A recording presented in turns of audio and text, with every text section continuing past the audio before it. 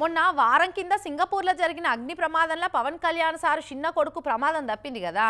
టైంకు దేవుడే పంపినట్టు కాపాడిరు చూసినోళ్ళు. అయినా ఊపిరి తీసుకునేందుకు జర కింద మీద వేసిండట పిల్లగాడు. ఇక ఎట్లుంటుందో వాళ్ళ కన్నోళ్లకు. ఏడుకొండల ఎంకన్నా నా కొడుకును కాపాడు సామి, నీ కొండకచ్చి తలనీలాలు సమర్పించుకుంటా అని మొక్కినట్టున్నది పవన్ సారోళ్ళ ఇంటామే. ఇక మొన్నచ్చి మొక్కు తీసుకున్నది గిట్లా. గీమెవలో గుర్తుపట్టిరా? మన ఏపీ డిప్యూటీ సీఎం పవన్ సారోళ్ళ ఇంటామే. కొడుకు ఎసుంటి ఆపద రాకుండా కాపాడమని ఎంకన్న దేవునికి మొక్కి సింగపూర్కి వెళ్ళి మొన్నొచ్చి చక్కగా ఎంకన్న కొండెక్కి తలనీలాలు సమర్పించుకొని మొక్కు చెల్లించుకుంది.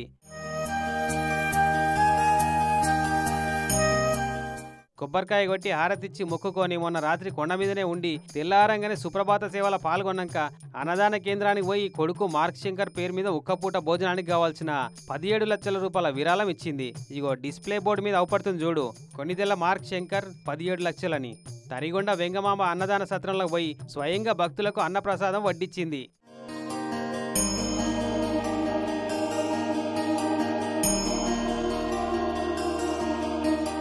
ఇక మేడం కూడా భక్తులతోటి కలిసే బంతి భోజనం చేసింది. ఇక చూడు పక్క పంటున్నోళ్ళు తినుడు మర్చిపోయి ఇది నిజమేనా అన్నట్టు ఎట్లా బీరిపోయి చూస్తున్నారో ఆమె దిక్కే.